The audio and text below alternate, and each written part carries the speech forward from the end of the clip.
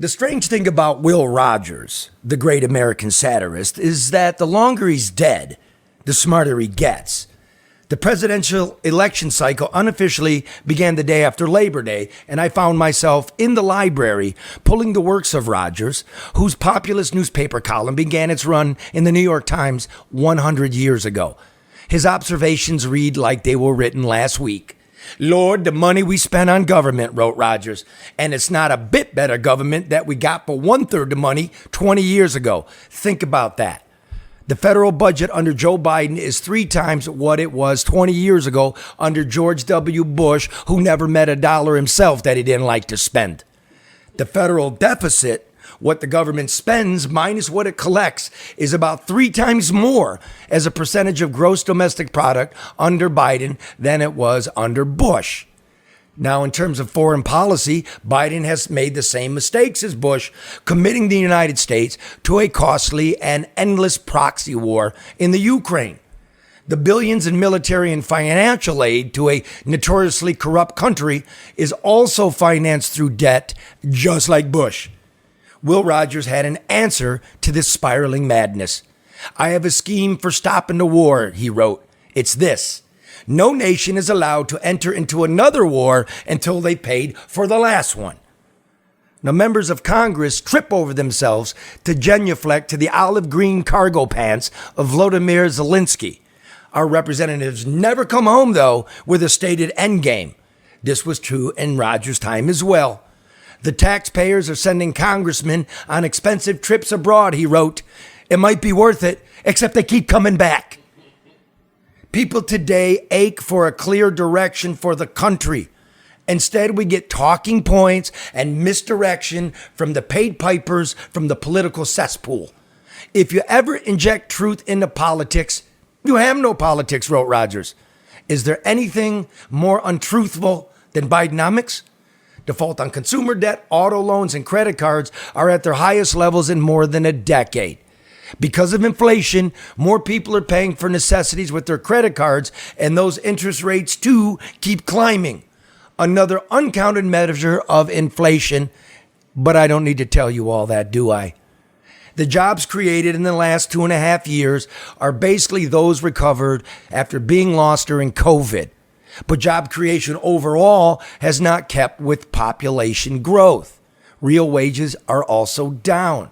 And personal consumption expenditures, or PCE, which measures changes in the cost of living and is the preferred measure by the Fed to help determine those interest rates, are at historical highs. So the Fed's in a pickle. If it raises interest rates to cool inflation, it may cause a recession. If it lowers interest rates, the housing market may send inflation soaring again. In the 20 years spanning Bush to Obama to Trump to Biden, the government has printed money to pay for the promises. And now we've run out of gimmicks.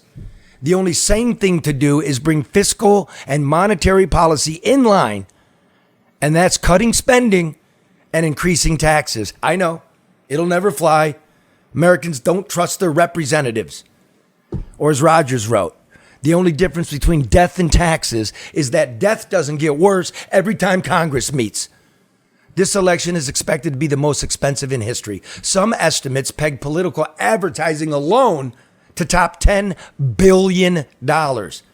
And what choices will we have? 2 cranks nobody wants to run. So I'm afraid Will Rogers was right again when he said, a fool and his money are soon elected. Live from downtown Detroit, it's No BS News Hour with my main man, Scotty.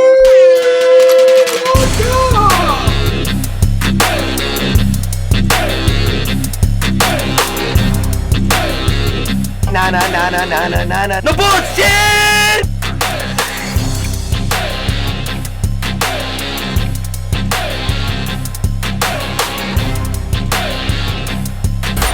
It's just it, breaking news. No more bullshit. No more bullshit. This message of uplift is brought to you by business and personal wealth advisor Luke Nowacki, who reminds you that what does it profit a man to gain the whole world but never enter the kingdom of God? But while you're waiting, Nowacki wants you to remember that overreaction is not a sound financial strategy. So call Luke Nowacki at 248-663-4748 for sound financial advice.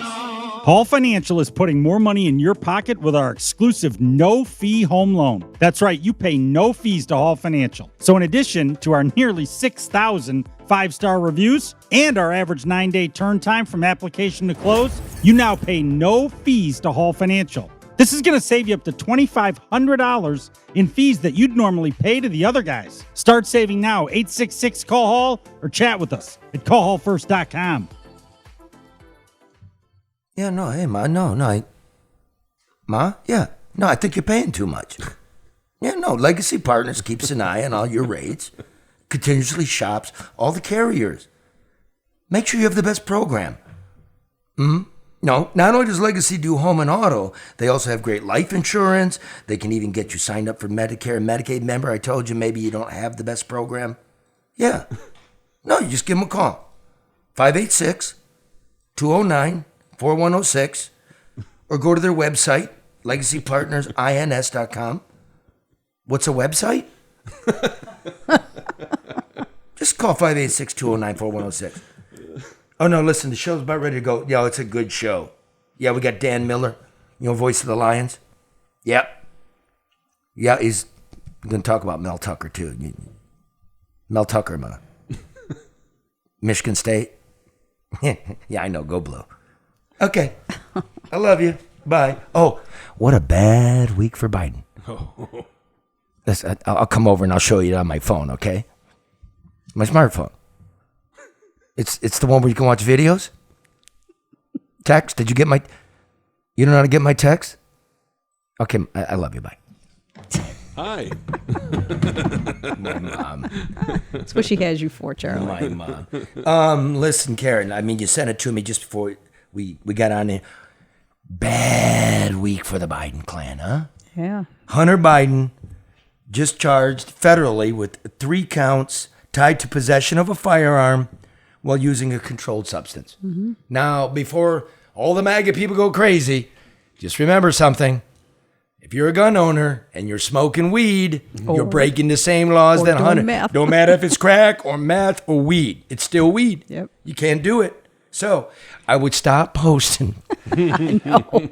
You smoking weed and then your guns in the next post. Don't do it. I'm telling you, man. We told you that before. People need to stop thinking they got to tell everybody everything too. Amen. That's. I said the other day, money isn't the root of all evil. Attention is. Yep. I mean, it is just sit down somewhere. You know what else is the root of all evil? Sell it out the country. Oh yeah. That is the root. Now listen, I believe that this thing, the Hunter Biden gun shit, it's a nothing burger, right? Mm-hmm. It's not tied to Joe. The serious stuff that Hunter was facing, like, dodging taxes on $8 million, somehow the Department of Justice let that sunset, statute of limitations. Politically, though, I mean, this is bad for Joe. This is an election cycle. I don't know, maybe you do, maybe you don't.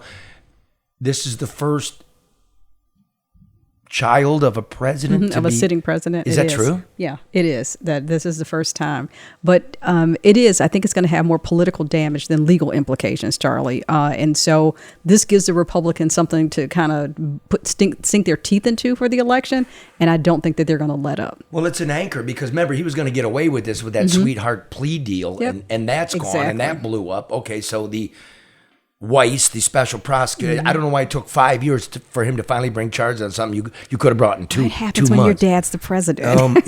Well said. I mean, that's so simple, but it is. That's what it is. That's what it is, and you can navigate and circumvent all of the things that would otherwise be an impediment to us as regular citizens.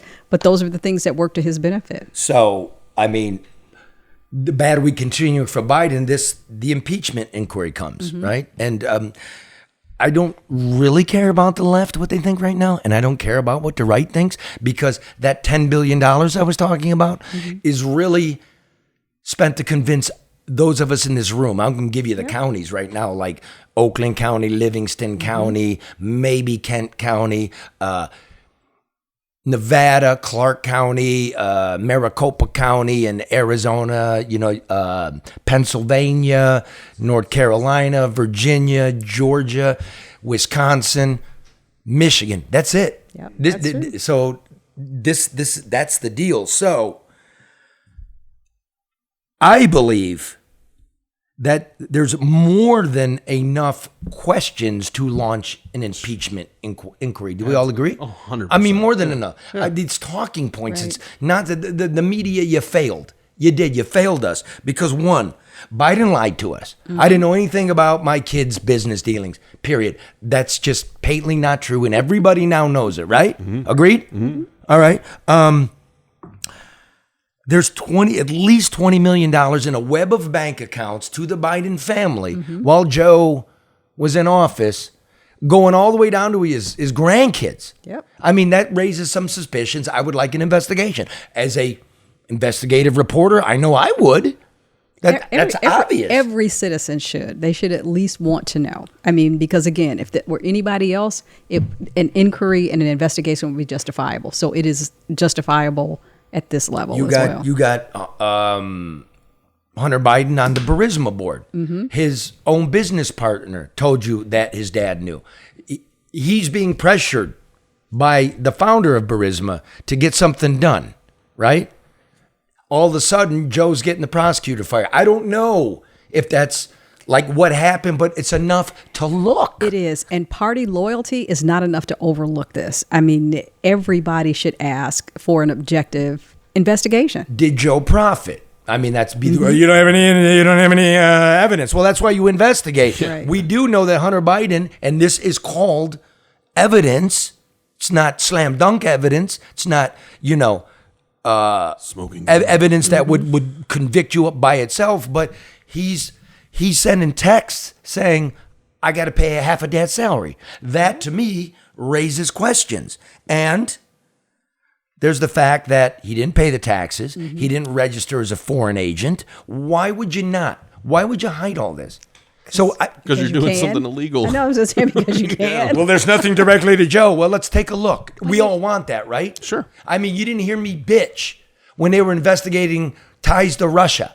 Well, if you have nothing to hide, too, you welcome an investigation. Exactly. If you're the citizen, you demand one, right? And if this is what's going on, we want it done. But that's the accountability in government that we don't have at any level. I mean, it just doesn't exist anymore. Right? So people say the country's not functioning. The country is functioning in this way. Dysfunctioning. You have two parties, right? They're slamming up on each other. You do have the media, and the media is more than just the newspapers or the TV now. It's also social media. Right. And we're loud. It's really loud. So, like, nothing gets to fester. It comes out. The country works. But something has to happen after everybody expresses an opinion. Like there's more than just being upset or disappointed about it. Okay, so now what? Well, let's keep an eye on our criminal justice system. It hasn't been doing us well, but if there's something, then you make the charge. If there's nothing, you let it go. Let it go. You're right? Yep. That's that. Now, very bad week for Stumbling Joe. I mean, dude, he goes to the G20 and then he's in Vietnam. I don't know why you didn't go to Vietnam first, then go to the G20 and come back for 9/11. I don't have anything against him for not being in New York. As a guy that watched it, and I covered that for history for the New York Times, Ground Zero. I don't have any problem. You're in the United States, Alaska, a military base. Those people work hard.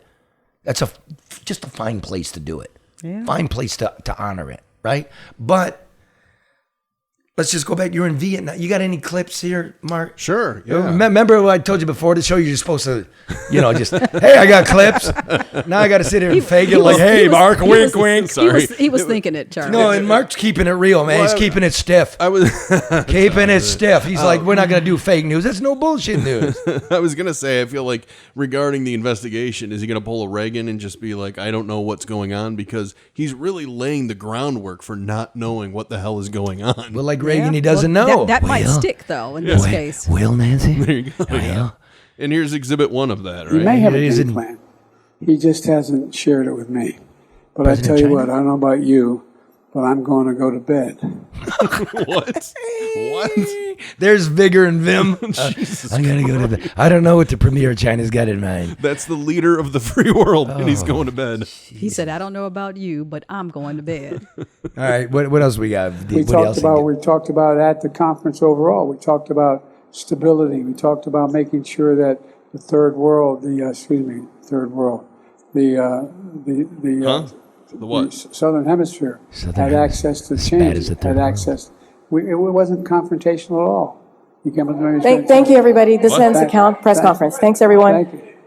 Thank you. Who's that voice from? Obviously, she went to Oberlin and majored in humanities. Who was that telling the president to shut up? I don't. Pierre. Is that Jean-Pierre? Yeah, it sounds like And now the music kicks in, and he puts his mic away, and someone yells a question, and he tries to answer without a mic. Well, what's with the Every music? person I met with. Mr. President, are you worried about your son being indicted, Mr. President? Oh my God! Well, what's with the music? Oh well, that's like basically you're at the old King Cole bar at the St. Regis in New York. Like, it's the So piano man. Basically, let me get another one of these with those olives with the blue cheese in them. So wait a minute, do you flick the lights at pressers now to let you know everybody know it's the last call? Like, what is that? Have I not learned something? Those were both so embarrassing.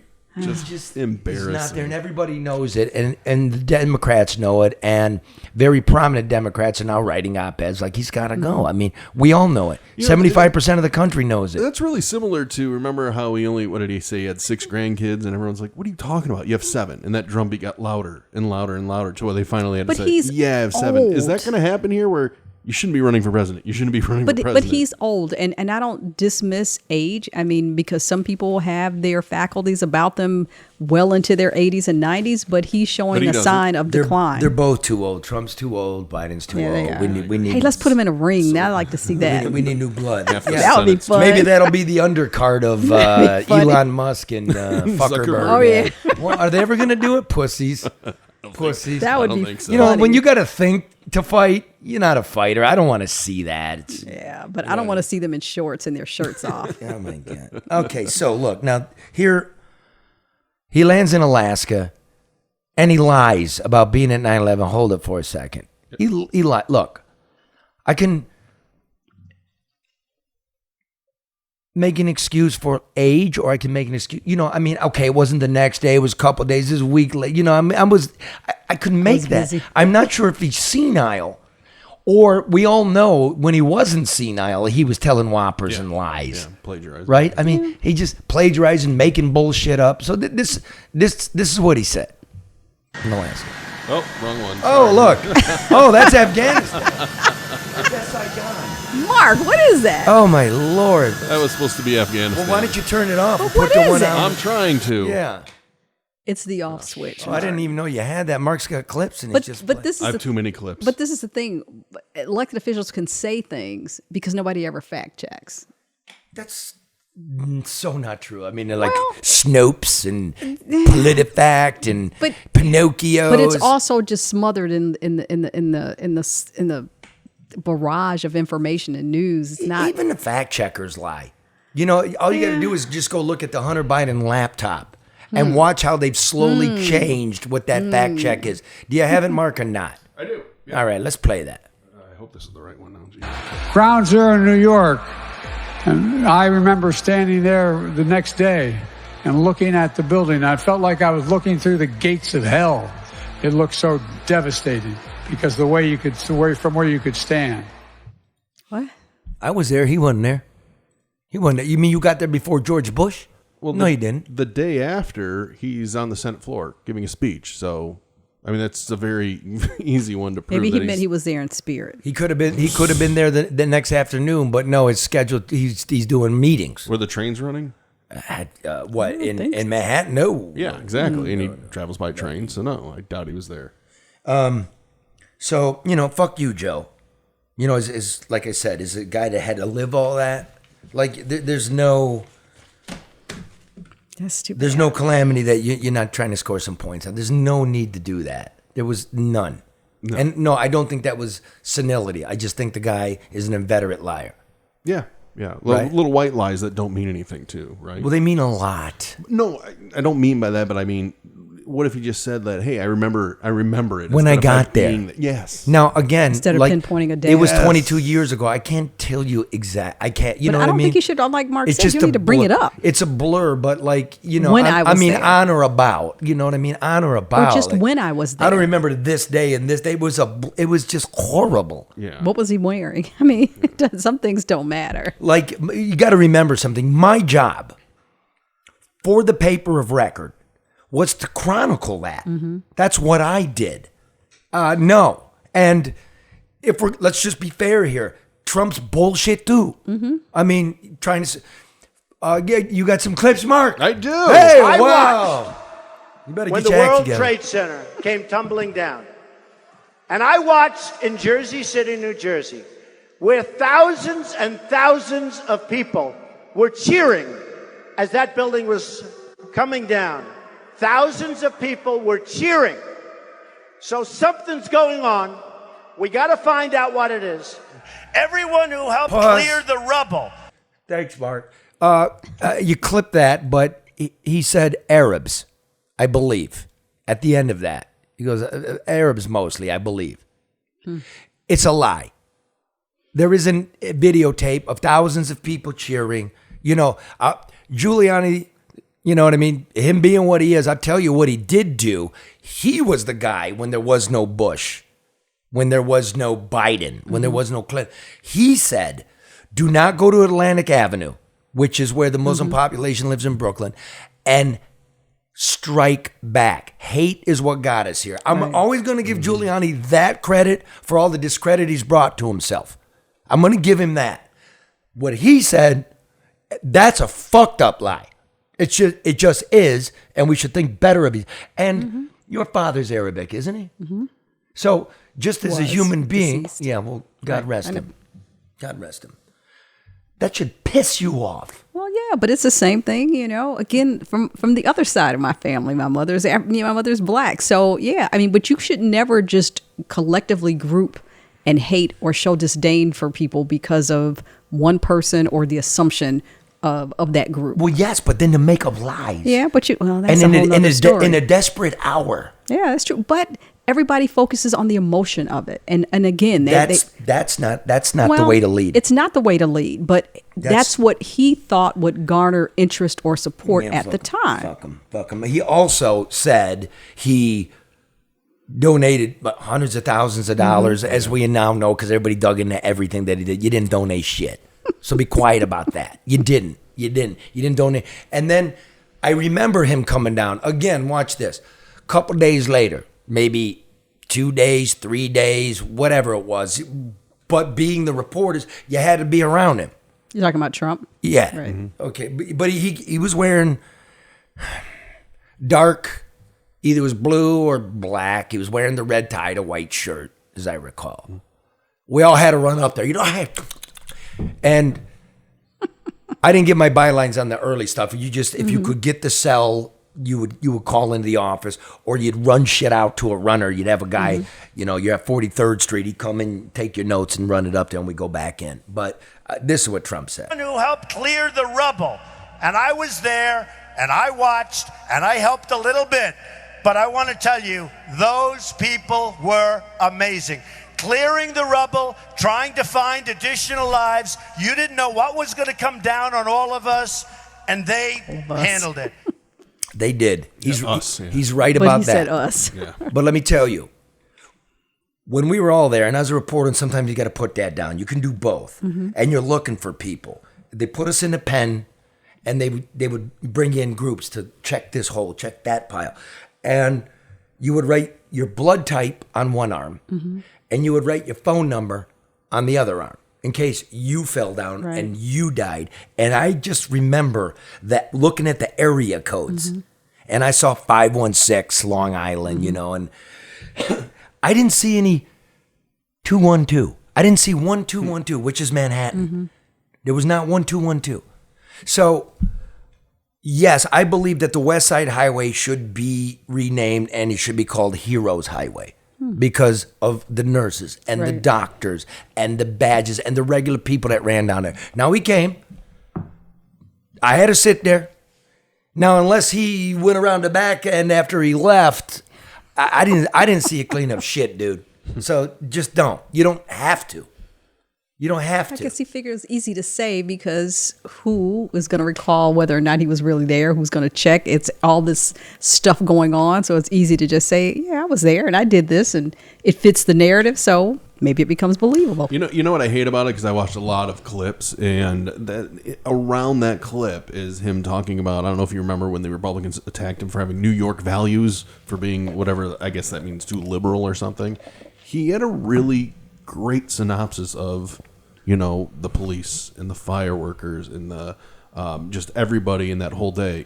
And then he throws that in there and just kind of derails what his message is. And then you're saying like New York values. If you don't know New York, you don't know New York values. New York's got everybody, dude. Yeah. It's got everybody, and it works.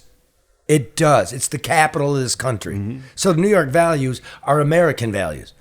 And if you're going to use that as a wedge, then get the fuck on. Yeah. Get the fuck on. New York, I grew up here in Michigan, basically. A little bit of Gary, but I grew up here. And everything I learned here prepared me for New York. And then I grew up in New York as an adult. So, you're growing up as a kid and you're growing up as a man. Right. And I love New York. And for anybody to talk shit like that, you don't know anything. You can't make it in New York because you're afraid of it when you talk like that. Yeah. That means you're afraid of the world and you don't represent me. But don't be making up lies in our worst hour. Here, I'll give you a quick one. Sorry, folks. It was maybe a week or two later. I was tired. I finally went home to get a shower, and it was 5, 6. It was time for evening prayers in the Islamic world. And there was a dude in white, in his long white shirt. And he decided on a crowded, because the subways had just started, and he decided he was going to pray right there on the train. You never see that. And he did it, and everybody was looking at him, and they weren't happy. I'll leave it at that. They weren't. Nobody touched the man. The man spoke for himself, what he was feeling. It was understood. It wasn't like maybe some people. I understood what he was doing. It was respect. Nobody hurt him. Right. That's the greatness of that city. And that's how everybody should be. Even if you don't understand it, if you don't agree with it, respect it enough to let it happen. Right. I mean, that should be our MO across this country. Or it's not going to work. Yeah. Now, here is the issue. 9/11 begins the mass surveillance of the world, including ourselves. NSA, the Patriot Act, Homeland Security, right? And at its root, it is Islamic terrorism. That's what leads to all of that. Now, we turned it on ourselves, right? We're monitoring, FISA court and all this. All right. So bad week for Biden. Let's look at Biden for a second. He was popular even with inflation until his withdrawal from Afghanistan. You got any video, Mark? It just happens to. Wait, you mean this one? Look at this. Look at this. This is like Saigon. It's cool. If you play that out, you see a guy fall off and he wants so bad to get out of there. This forever war. And I said it on this program before this happened. I said, mark my words, the Taliban is going to be in before 9/11 with the Biden amateur hour, and we all know it now. Wow. You wanted a photograph for 9/11. You wanted a photo op, and it went sour, and his poll numbers never recovered. Then we look. So if you now look at the southern border, that is completely out of control. Everybody knows it, right? Ask the mayor of New York, Sanctuary City, right? Oh, yeah, they got an issue. Ask Mayor Adams. All right. Since Biden took office 30 months ago, the United States has apprehended about 275 people on the terror list. Okay? Jeez. 275. How many got through? Yeah. Because they didn't catch all of them. Right. Yeah. Okay, so it's wide open. So we've gone nowhere. Now we're just spying on ourselves. So do you remember the very first person, the very first story about people on the terror list coming through? care of yours truly. You know what I mean? Assam Mazi. Like, he's on the terror list. He's from Venezuela, born in Lebanon. Strike. They get him and his wife and his kid walking through the Rio Grande. Boom. He hits. They let him go because he's overweight. They don't want to get COVID. To give him a bus ticket up here to Dearborn. Mm-hmm. I did that story. Do we have that story? We do. Yeah. Okay, we have that story. And then I followed up yesterday. I went and knocked on the door where he's supposed to be.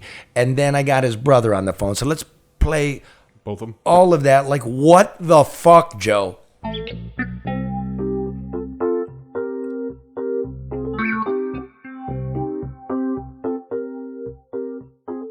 I found out the Border Patrol caught a man and his family sneaking in over the Texas border last November. His name is Assam Bazi. And the thing about Assam Bazi is he's listed on the terrorist watch list as a high classified known or suspected terrorist. They let him in anyway. They were worried. He's overweight. They're afraid he'd catch COVID and lock up.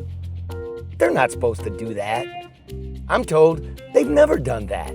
Anyhow, he's living here in Dearborn with his wife and daughter at his brother's house, awaiting his asylum hearing next month. I reached out to Assam Bazi by phone. I'm just a simple man, he told me in Spanish. I don't know what they're talking about. Now, I'm no hater. If Uncle Sam says it's okay for a terrorist to be living in the United States, then it must be okay for a terrorist to live in the United States. I even brought Mr. Bazi a housewarming gift. It's a plant from a dead man's wake. Well, I'm not paying. That's a nice plant, Charlie. It's understated. It's a nice shrubbery. Yo tengo un regalo para señor Bazi.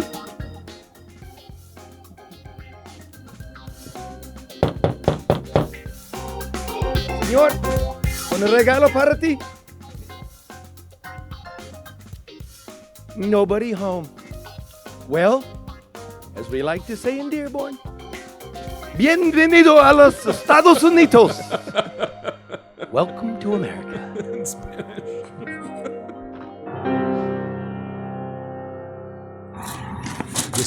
This is yesterday. Back at the door. No sign of this guy. Coming here for a year and a half now. No sign of the guy. It's on the fucking terror watch list. Unbelievable. Way to go, Joe. Well, is he living with you? This is his brother. On Calhoun Street or Middle Point? On Middle Point. Well, I'm at Middle Point now. I've been coming over the months and nobody ever answers the door. Yeah, well, there's nobody home. And why you keep coming home? I don't like that. I'd like to come home over. Well, it is the United States, so, I mean, it's okay. Because you came last time and you put the flower on the door.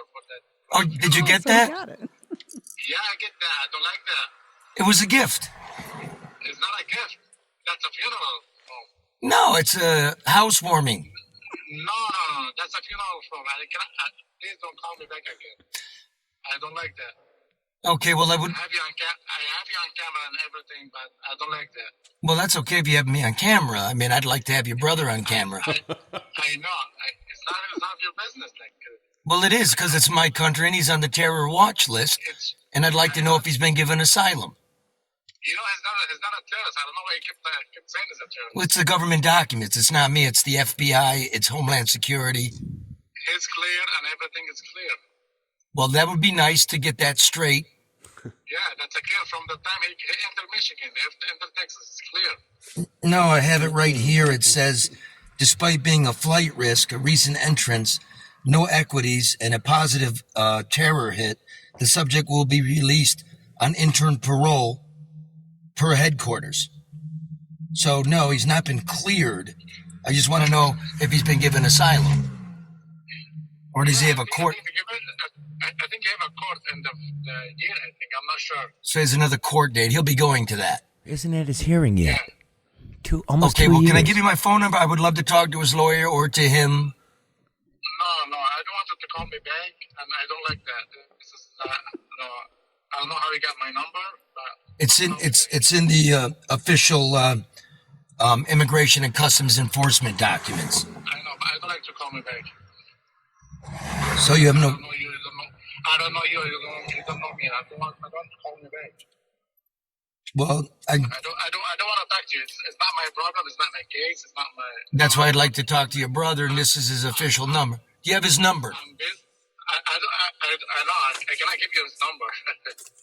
For you to give you his number. Can you give him my number? It's not my business. Well, it is your business. You're sponsoring him. You call me on calling my ID number. I don't have no number for you. Well, that's customary. I can give you my number, but How am I gonna give you somebody's number and this is like it's not caller ID? well, would you like my number? And give that to you right now. I don't want your number. I don't want your number. You just calling me and say no caller ID. How you offering me a number? Well, that's regular. This is right. This is my regular line. I'm a reporter. That's how that works.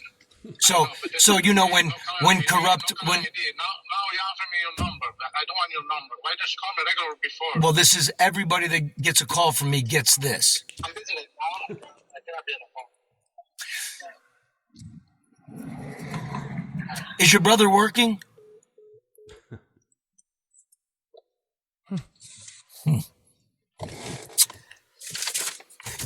It's all been taken care of. Yet nobody answers the door. There's a lesson in there, Charlie. What is it? We'll save it for later. What's the lesson? How to use a phone? Well, no. How phone numbers work? If somebody's saying something to you on the phone that you find inappropriate or don't want to participate in, you hang up. It's not inappropriate, motherfucker. I know, but he found it inappropriate. 9/11 to now.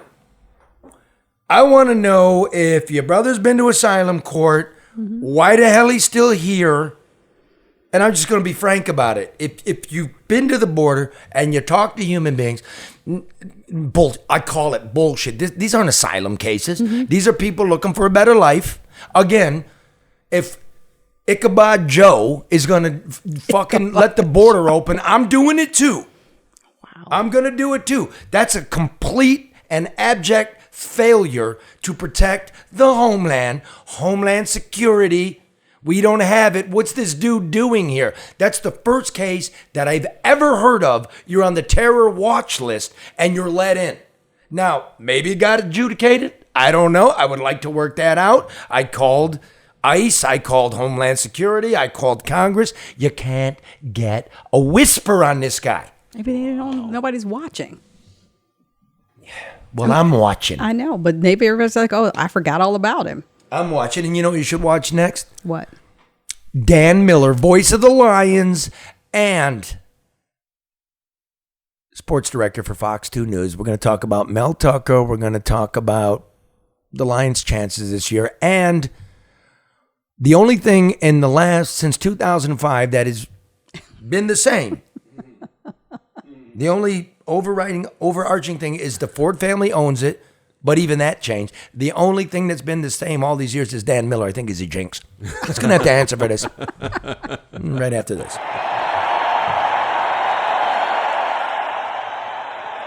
Two with everything.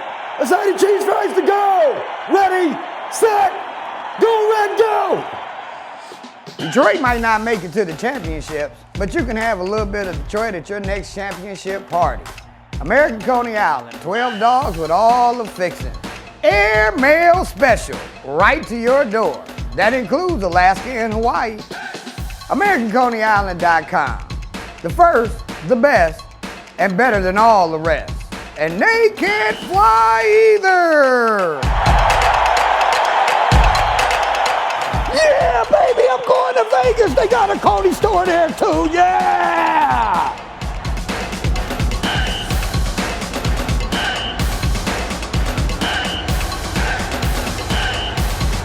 Okay, well, it's that time of year again. It's football season, and you know what that means. What's that means? Dan the Man Miller, voice of the Lions, and the sports director at Fox 2 News. Hey, how you doing, Dan? What's up, guys? How you doing? Real good. Thanks for taking time. I know you're busy. So let's just start with this because this is all the news. Let's take Dan the reporter now. Let's go to Mel Tucker if we could.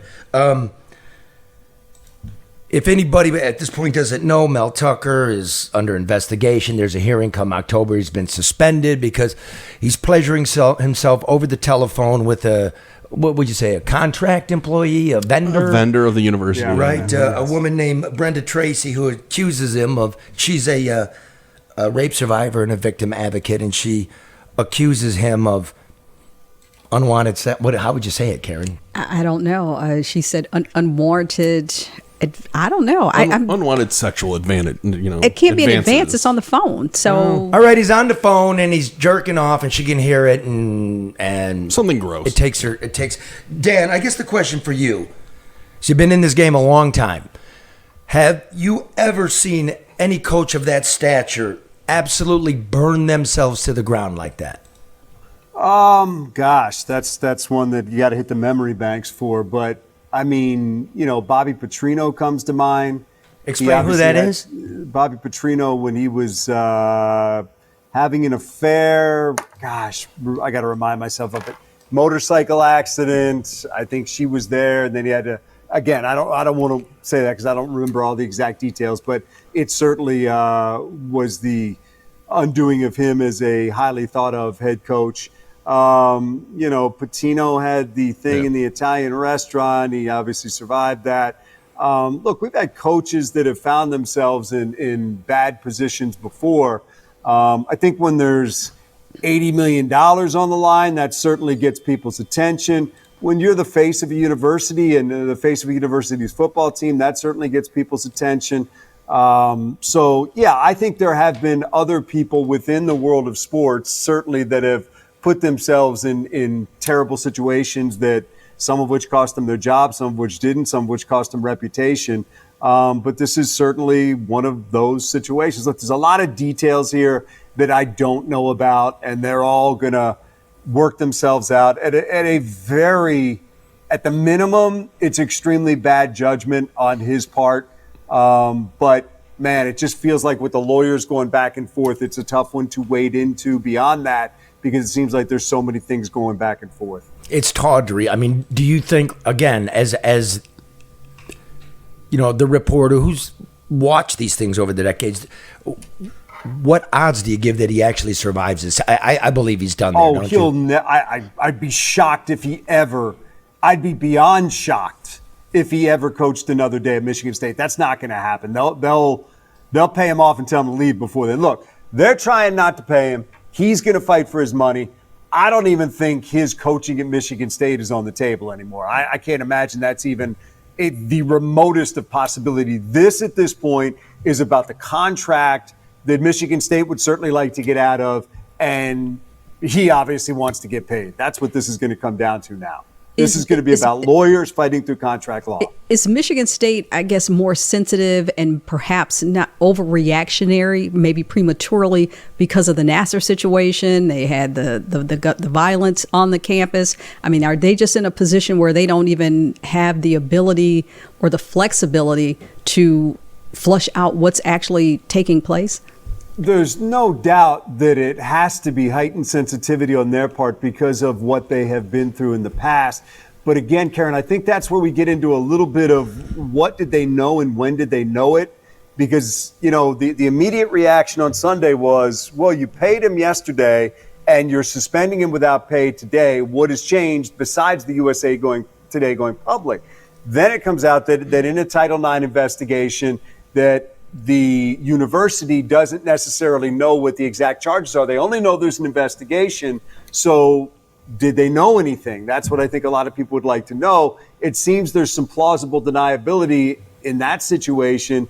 Total deniability, I think, is where people wonder about that they may not have. Because within the Title IX investigation, the university is not required to know the details or allowed to know the details of the investigation until such time as it's presented at the hearing. And again, Charlie, these are all things that people are sorting through because there have been knee-jerk reactions to people to things that have happened. And then all of a sudden there's, well, here's the provision and why certain things are happening the way they are. that's where it feels kind of difficult to wade deep into this, because there's so much that is still out there that we don't know the answers to at this point. But again, to Karen's point, yes, heightened sensitivity on Michigan State's part. If they knew about all of this and allowed him to coach, then I think you could really question that. But the question is, what did they know and when did they know it? Well, they did know enough, though, to monitor him and his movements. They put some kind of, watch on him. So they knew it was bad enough, but yet not bad enough to suspend him. I mean, when they say this is the new MSU, it's hard to really buy into that. They put a watch on him. Yeah, there's some legal thing. I didn't appreciate her tone at that point. It felt like she was speaking down to everybody and admonishing everybody. The interim president. They have a long way to go to get to the point where they're building back equity, to the point where you can say, yes, they're a new Michigan State. So I would probably back off on that and let your actions speak more than you speaking about your actions. And those are all things that still have to play out. But what are they investigating? Whether or not he performed this act while he was on the phone? Is she accusing him of something else around?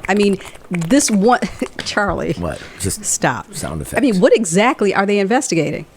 Well, October 5th and 6th, the two will sit down and apparently answer questions in a hearing that he says is a sham, basically, and in a hearing that she says she's going to be there to answer questions. I think they're trying to find out, were his actions appropriate? Which, based on what we know, well, I understand that, but he deserves due process in his hearing, and whatever Title IX provides both parties in an investigation. Or if it's not a Title IX investigation like he says it's not, which is, again, where it gets confusing, then I think he deserves to at least have both sides heard. And again, at a minimum, bad judgment. She's a vendor. She is not somebody that it feels like he should have been involved with on any level. People will point to the number of phone calls, the number of late night phone calls. Was this more than just a friendship?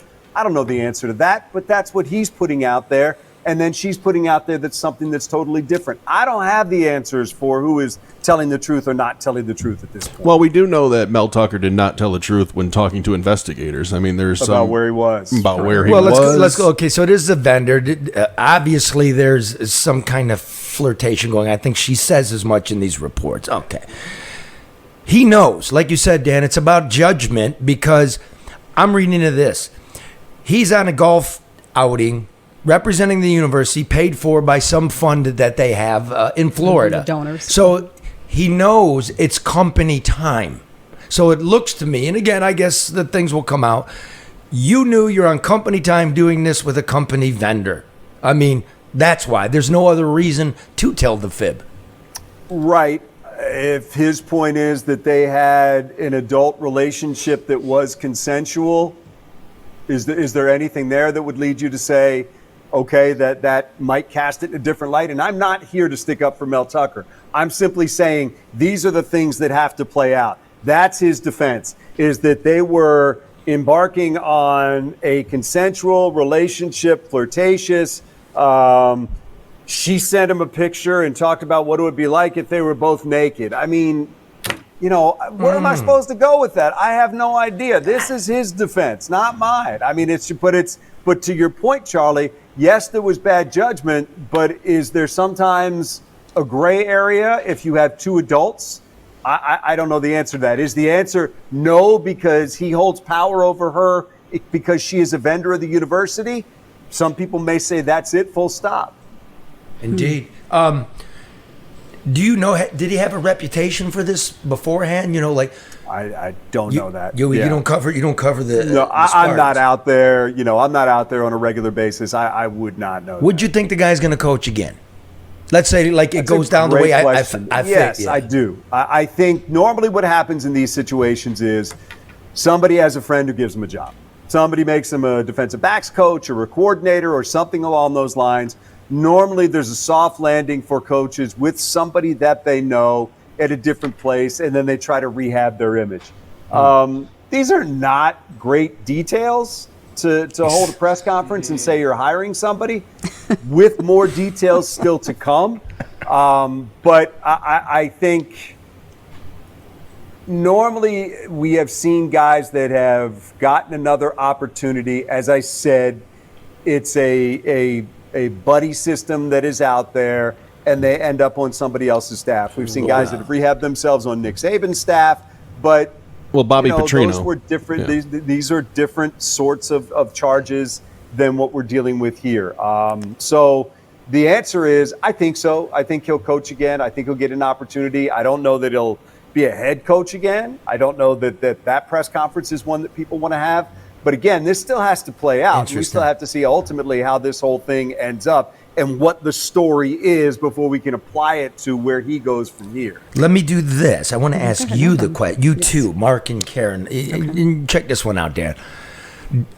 He told you about Tucker's future career.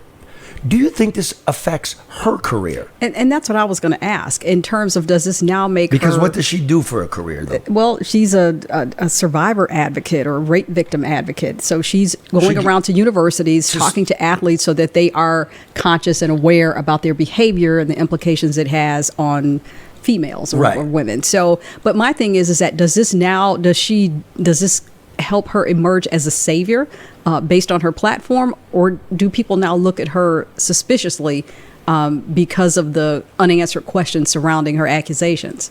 Like, do you want her around? Yeah, do you want her around? Like, does it make it like, I don't know, because I would only assume that he would not have used this incident on the phone as the opportunity to test the waters with her. He somehow felt like it was okay.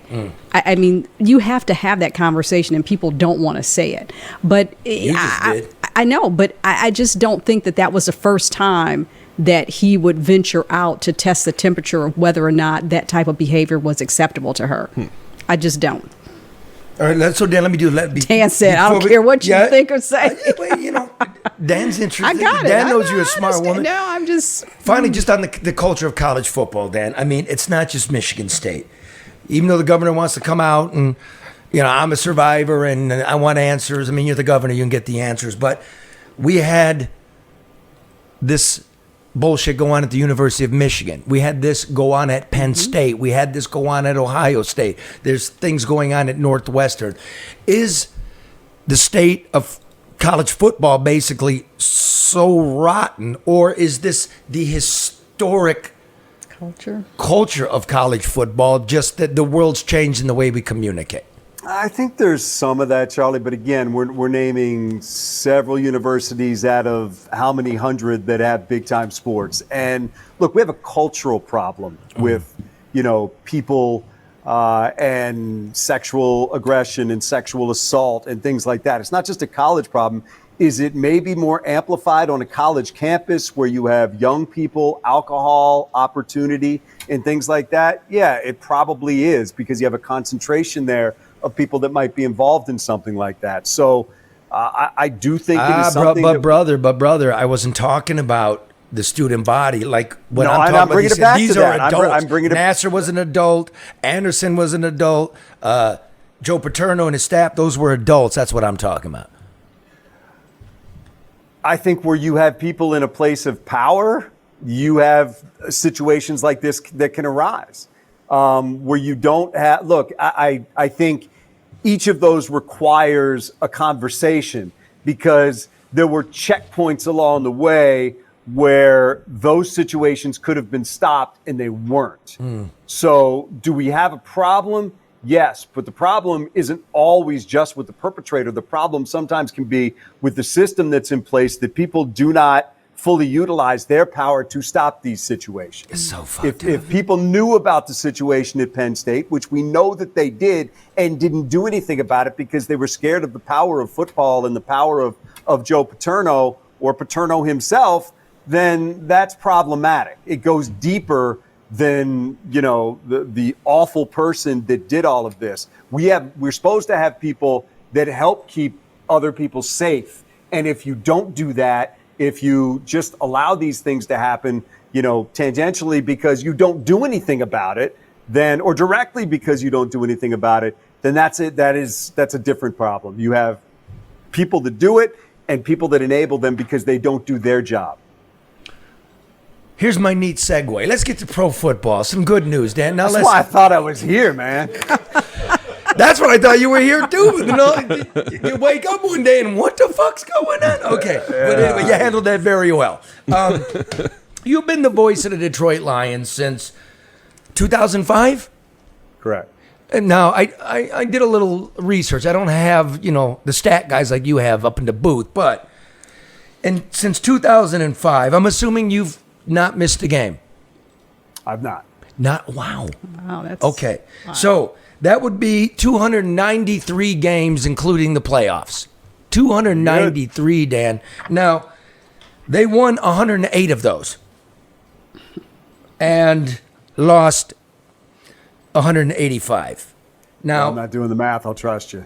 That is the worst record in football, except for the Cleveland Browns, who actually won a playoff game. So that is the worst stretch in pro football. And the only thing constant about the Detroit Lions in that time is you. I didn't know where you were going, but thanks for landing the plane on my head. Well, yeah, I guess. Look, if I'm still there, and they still got a fighting chance. So look, if I got to take that on my shoulders, I'll take that on my shoulders. I think Rod Marinelli blamed me on the way out. I think that's what happened. No, I've been the constant, but I haven't made very many decisions where football is concerned. But just to fluff you up a little bit, I do a lot of traveling. I'm on that Sirius XM. You are, and not because I know you, but you are the best in the business. You're the best voice on radio. There's just no doubt, Dan. Don't say anything. I just wanted to say that. But everybody knows that. I told you about my airline encounter. I always tell you about that with Dan Miller. I said I was from Detroit, and the guy said, "Do you know Dan Miller?" And he just went on and on and on. So he's like the Vin Scully of pro football. So people recognize, respect, and appreciate you all across the country. So know that. I appreciate that. I've gone from being the problem to being something good. I appreciate that. That's a big swing here in 5 minutes. Now, having said that, out of every 3 games you've watched the Lions play, they've lost 2 of them. And, that's got to be hard. Are you really excited this year? Like, how much should we believe the hype? I mean, they went in Kansas City. I'm excited. And look, this is a good team. This is a good team with a good roster and a good coaching staff and a good general manager and an owner that has put the right people in place. What you have to do now, and I said this at the top of the game on Thursday night, I said it's been a great offseason. People think the Lions have a good GM, think they have a good head coach, think they have a good owner. And you know what that means right now? Nothing. Because you have to now go out and do it on the field. All these bouquets that people have been throwing at the Lions, and I'm not saying it's not great. It is great because they're recognizing what they're doing. But these are the same people that are going to tell you how bad you are if you don't win games. So not to minimize what's been done in any way, shape, or form, because there's good people in place doing a good job, but it's got to pay off now on the field. Dan Campbell and the players will be the first ones to tell you they haven't done anything. They haven't made the playoffs. They haven't won a playoff game. So everything that they need to do is in front of them. But the decisions that they've made to get them to this point, to build a roster that looks good, to build a roster that has depth, and to put a team out there that people believe in is good work. Because if you don't do that, then we're just back where we were before, where it's a house of cards and you're just hoping, well, if this happens and this happens, they might be able to win. No, you're not like that anymore. Now they've set the bar at, if they play like they're capable of playing, there's no reason this team can't win a division, get a home playoff game, things that we haven't done since they moved to Ford Field. How much of this is Dan Campbell? Is it just 100% Dan and everybody buying into him? Well, I think it's Dan and Brad working together, and I think it's the culture that Sheila Hamp put into place. I mean, I give her a lot of credit. When she took over, she could have just hired people. When she fired Patricia and Quinn, she could have just said, okay, there's a good general manager, there's a good head coach. And I credit her and Rod Wood and Mike Disner and Chris Spielman when they brought him in. They did more than that. They took a look at the organization and they realized, now I'm going to give you my editorial comments here, that it was fractured, that there were a lot of people that didn't feel like they were a part of something, that there were a lot of people that, had kind of been left aside by the previous regime that only made it seem like the people within the football department counted. You can't win like that. You have to find some way to bring value to everybody up and down the organization. And before she did anything, she put that into place, that was going to be the way that they conducted business on a daily basis.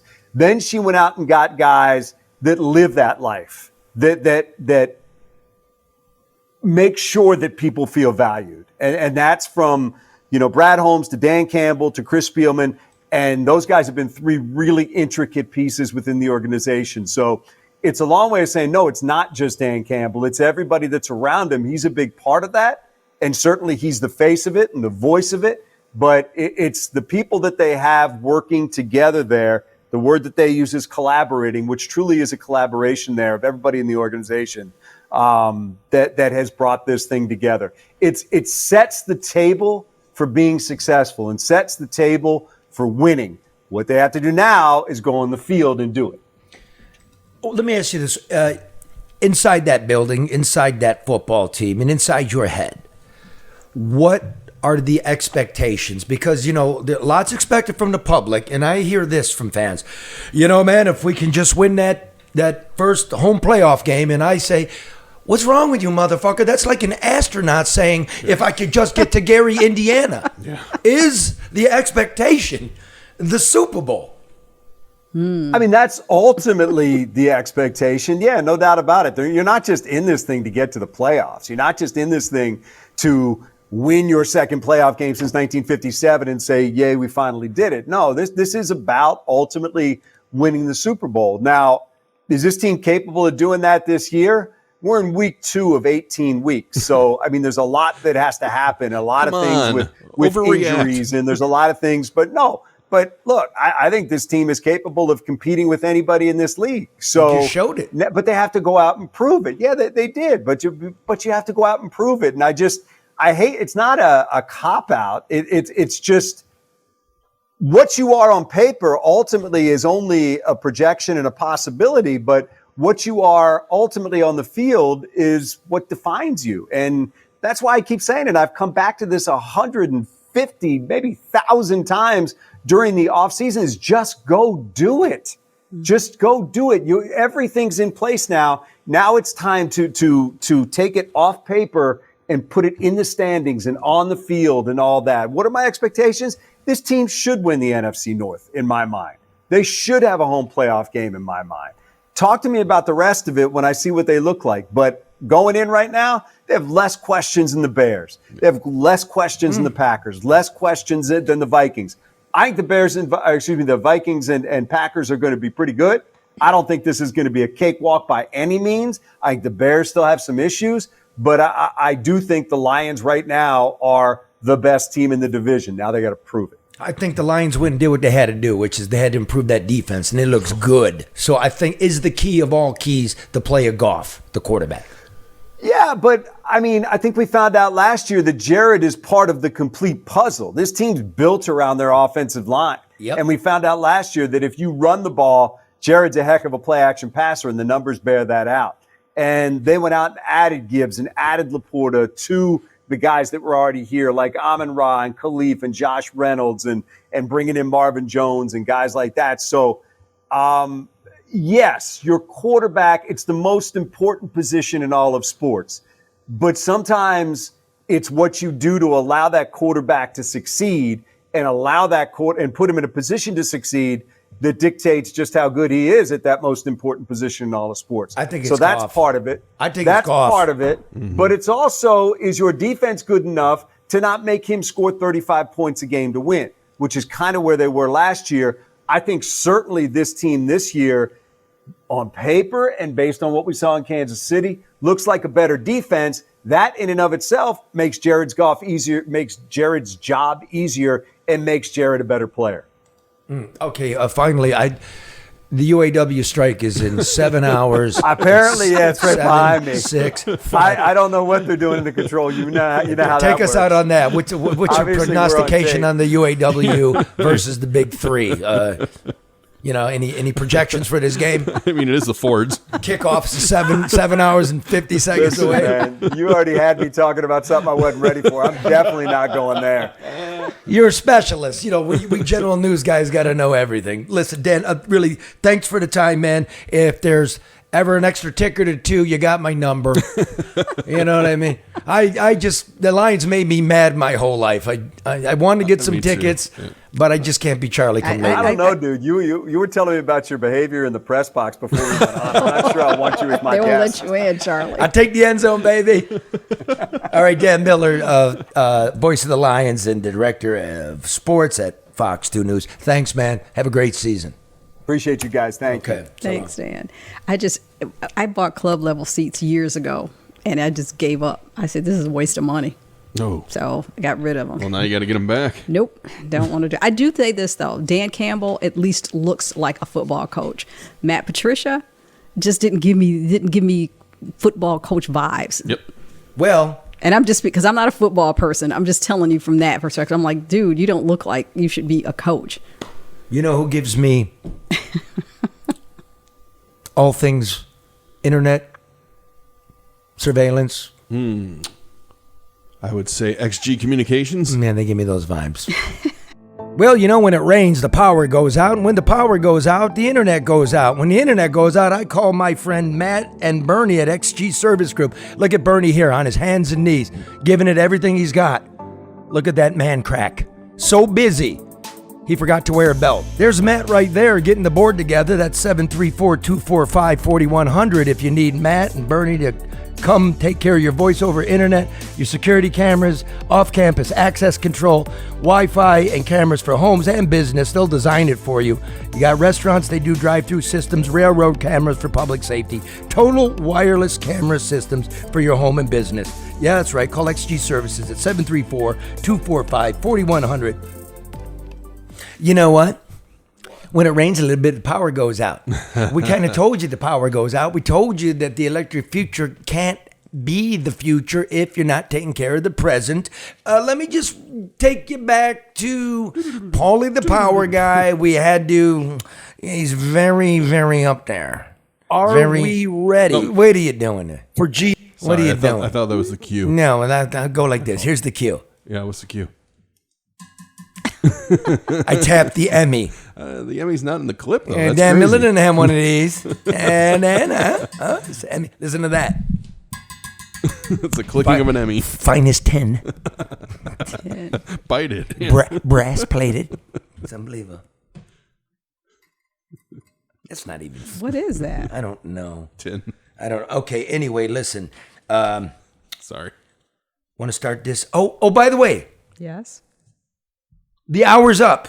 It's Yes. bonus time.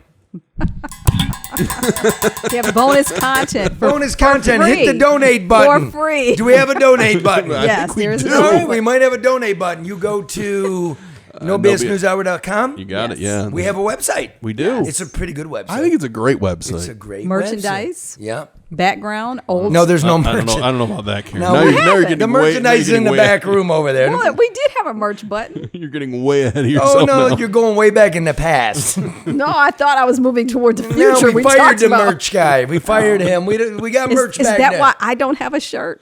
You stop bitching. There's right back there. Go back there and get one and leave me alone. Bonus time. I don't have anything to complain about. Oh. That's your cue, Mark. All right. Donate. Hit the donate. Go to YouTube. Give us a like. Give us a share. Give us 5 stars. And get us 5 stars. up on the charts, man. All right. Paulie the Power Guy. He's a big power guy here in Michigan. This is what he got to say about the electric future.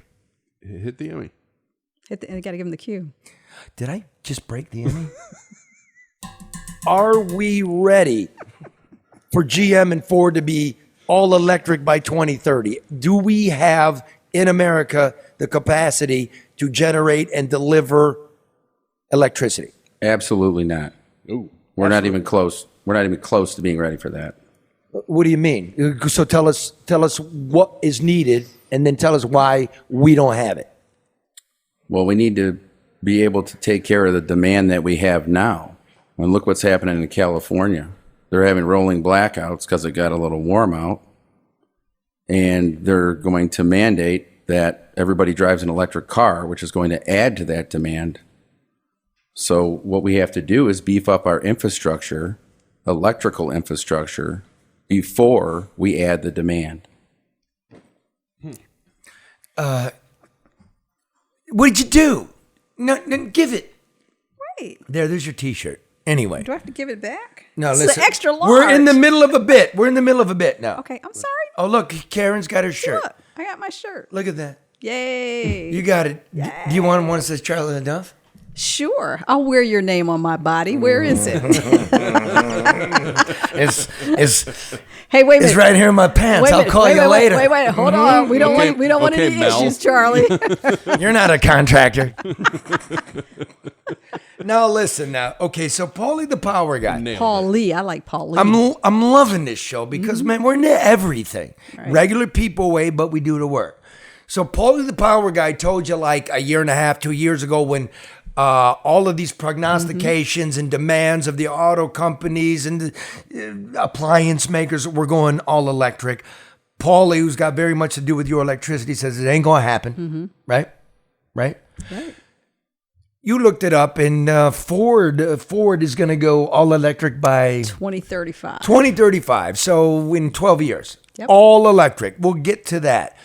Here's our dumb Secretary of Energy, Jennifer Granholm, and you all know it in Michigan. You all know it because she was our governor, and they spent hundreds of millions, billions of dollars for alternative energy before she scampered out of here.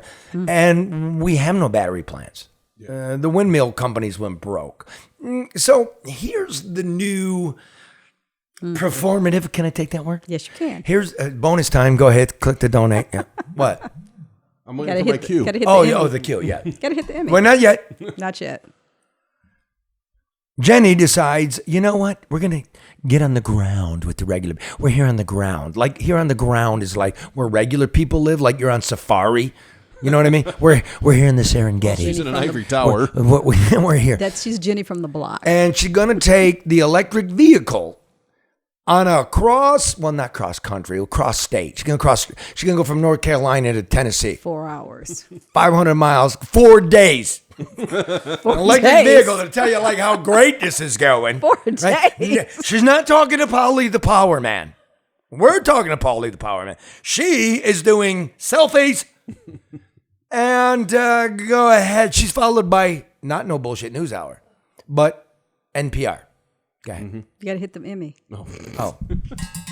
Hey everybody, here on the ground in North Carolina, we're starting our summer road trip of talking about the investments in America as a result of the President's Investing in America agenda. We'll be taking electric vehicles on this road trip, and we're very excited to point out all of the investments that are happening, creating jobs, especially in South Carolina, North Carolina, Tennessee, and Georgia.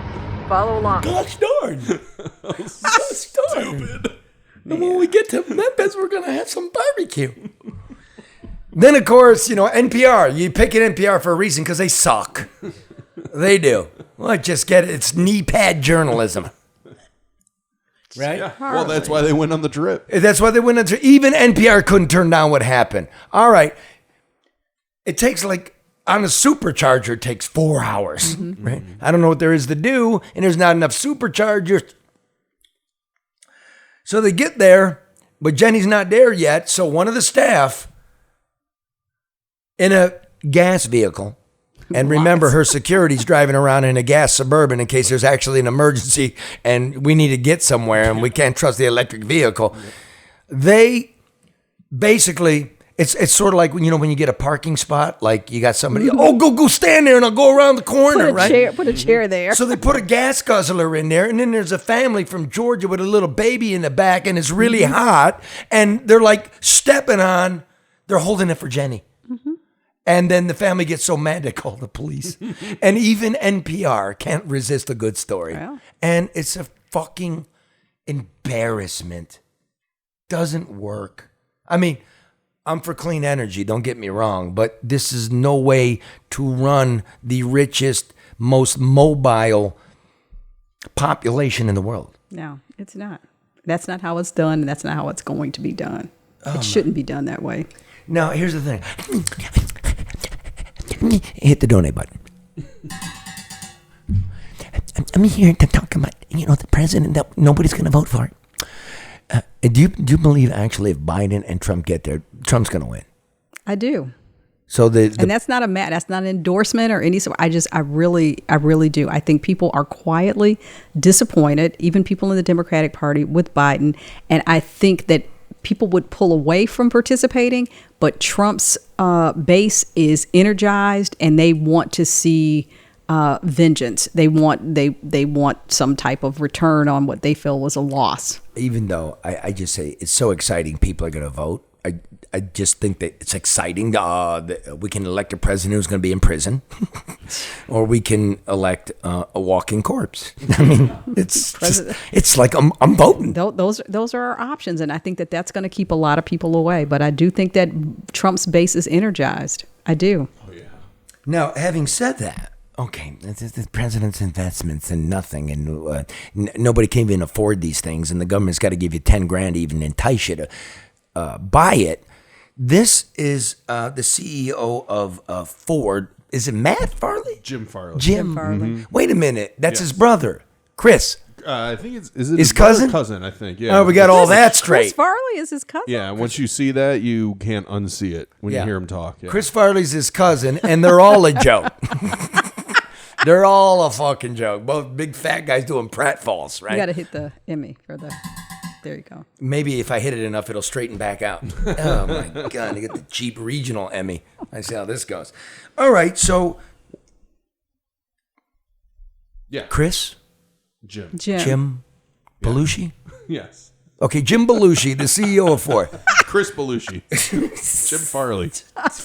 Fuck him, man. It's the guy making too much money, running the company in the ground, making bad investments to get stockholder share prices up so he can get his bonuses. That's what he's doing. Now, you said, we looked it up, by 2035, they said a little bit ago before they laid off all of my brothers and sisters around here, right? Decided to siphon all the money off the moneymaker, the gas engine, in order for the electric motor that ain't working. Here he is with Brett Baer on Fox News. This is what he had to say.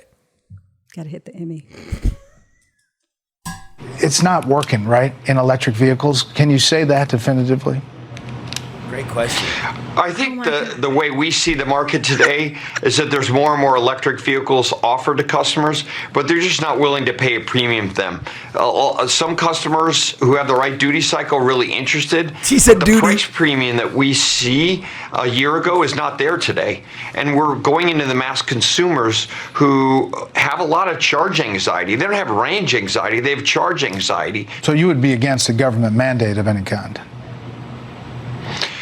Well, I think the government is trying to work on CO2 reduction. You know, we've as the company with the most auto workers in the U.S., we talked deeply about their vision and our vision for EVs. We think EVs could be 30, 40, 50% of our business. We just don't actually know, Brett. 30, 40, 50. I thought it was 100. You know, I'm going to say, from a communication perspective, very disappointing as a leader. As a person in charge, that was not very impressive. You know what I'm looking for? What? I'm looking for an electric van that I can live in down by the river. What a dope. You're a dope. He kind of reminds me of Jethro Bodine a little. My God, he reminds me of his cousin. Exactly. That's crazy. I can't. You gotta do a split screen at some point. Let's do the news though. No bullshit news. Did you hear the CEO of Ford just after a year where they went almost $5 billion in the hole on EV that nobody's buying, that Paulie the Power Man told you we can't charge anyway, that dumb Granholm drives around trying to get some free pub and it blows up in her face? These are the people leading. This makes no fucking sense. And GM made record profits. Ford made near record profits. What is his name? Jimbo? Yeah. Is that, yeah, Jim Farley. I got it right. Oh, Jimbo over here just got his compensation jacked up around $20 million. Mary Barra over here getting hers jacked up to $30 million. UAW goes on strike, you pay them. We had Bob King on here. We know what the cost of labor is, right? And not even 5% of the damn vehicle. Yeah. You made record profits and you made everybody eat shit. So if this is the last hurrah, by the way, it's not the last hurrah. We're not going to electric vehicles. That's not the future. The future, watch Toyota. Hybrid is the future. I will drive a hybrid, right? Let me commute on electricity. I did drive a hybrid. I loved it. Loved it. It was great. What was it? Lincoln MKZ. And what happened to that? And they discontinue it? The lease was up. You know what? I think they did discontinue. I think they got rid of all those small vehicles. Jeez. This reminds me when Mark's driving Chrysler went bankrupt, right? And I knew the security that had to follow to see. Yeah. They didn't really have any good electric vehicles, but they're driving to Washington. Yeah, and the security followed in a gas car in case they had to get them out of there. I don't, you know. And then they flew home in jets, and they weren't electric jets. I want to stop, fill up my tank, and go about my business. I don't want to go somewhere, look for a plug up my. I just don't want to do that. Oh, speaking of plugs, ADR overseeing more than $250 billion in private and public construction projects. You got trouble with the government. You got trouble with your bottom line. You got trouble with the help. Get it done right, on time, on budget. Get somebody that can help you manage your project before you lose your ass. That's Barry Ellentuck at ADR. Ethical, smart, and getting it done on budget, on time. 248-318-9424. And I got so much anxiety, so much. I'm having trouble sleeping. I got a solution for you. What do you have? Nextevo.com. What about them? What is that, and what do you mean? They're CBD gummies, but the sleep has melatonin in it, so it'll put you out. CBD meaning an extract from cannabis. You got it. Yeah. Does not no get THC. You high. It's got THC. ameliorative. What? It's You've been ameliorated. Yeah, exactly have you been eating gummies, Charlie? Let's almost hit that button. Donate to the weed fund.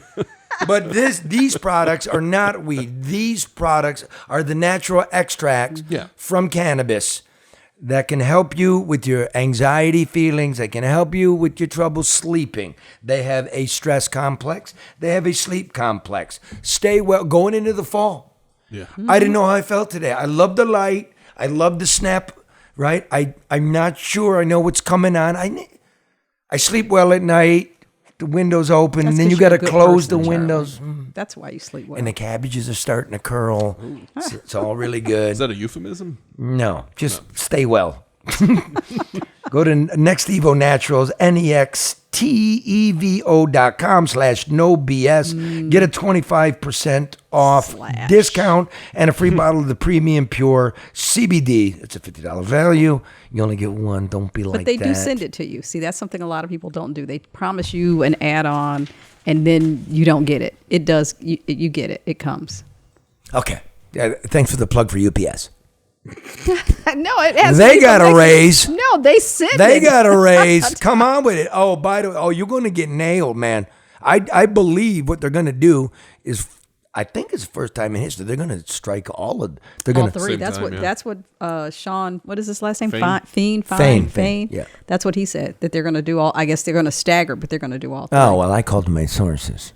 And they said got sources over here. I'm reading the New York Post Times. No, that's what I'm hearing from the inside. What? Well, that they're going to strike at the same time. They're going to hit them all. Yeah. And then the Teamsters said they're not going to deliver any new ones. It's going to be a mess. This guy is either a psycho or he's a genius. But I love his negotiation approach. And you know who else is a genius? Who? This guy from New York Fashion Week. Yes. Karen said, there's a guy, New York Fashion Week's going on, and he just, one of us, just a regular dude, thought it'd be funny, so he puts on some salmon pink Bermuda shorts, puts on a granny a bathing cap, takes his shirt off, puts a clear garbage bag over himself, jumps on the runway and saunters down. And they're all believing it. All those assholes in the fashion press, they're all taking snaps. How gullible we are, Charlie. I know you can't hear it. If you can't hear it, just go to like YouTube, No BS News Hour, put in Charlie LeDuff. You can go, we put clips on social media, on Twitter, Charlie LeDuff, or Facebook. I don't even fucking look at Facebook anymore. I'm sorry. If my mom doesn't, I don't. But let's play that with some sound. Look at this guy. They're loving it. And they're taking pictures. He's getting applause. Here comes security up there. Security got rid of him pretty quick. I mean, to the guy's credit, he didn't swing back. He didn't. You know, he wasn't doing the center field bit. I bought it. He's like, okay, take me out. Now, yeah, with the security, yeah. Karen, stop it. No, we're in the middle of something. I know. I'm asking Grace to tell. Kirby's at the airport. I'm asking her to tell. Please, Okay. please. We're in the middle of something. No, I'm not taking. Can you take this for me, please? Oh God, man. Can you do? That's inappropriate. I'm sorry. My daughter is out of town. I want to make sure she's okay.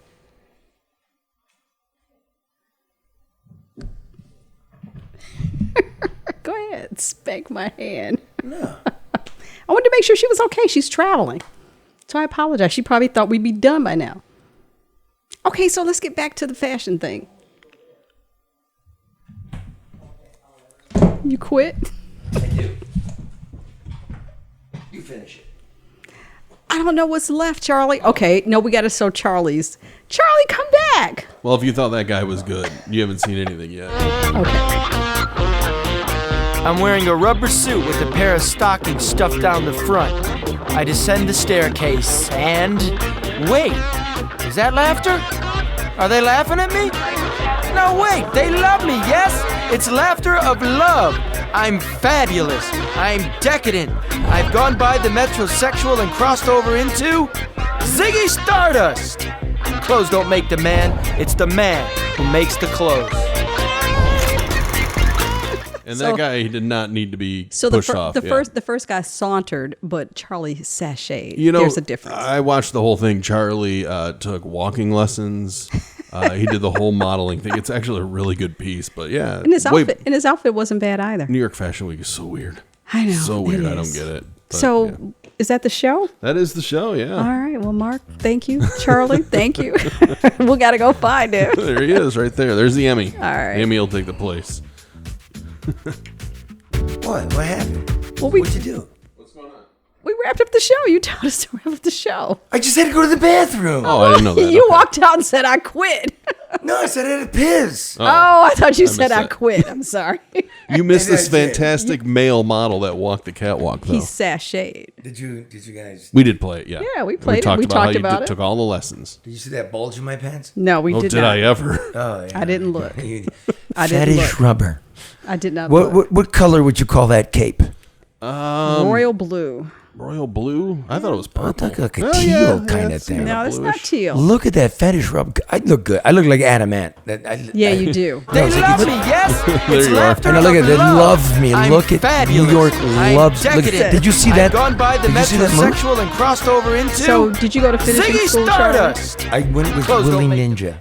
Willie Ninja, Paris is Burning. If you've, okay, I the don't whole talk about transgenderism and all of this, it is so famous. It is about fashion, New York, but the gay. At that time, it wasn't trans. It was gay, just gay. life, and it was people of color, right? And it's really Paris is Burning? Is that what it is? it's called Paris is Burning. And I asked Willie. Willie gave me the runway. Well, he taught you lessons. well. And I said to Willie, I go,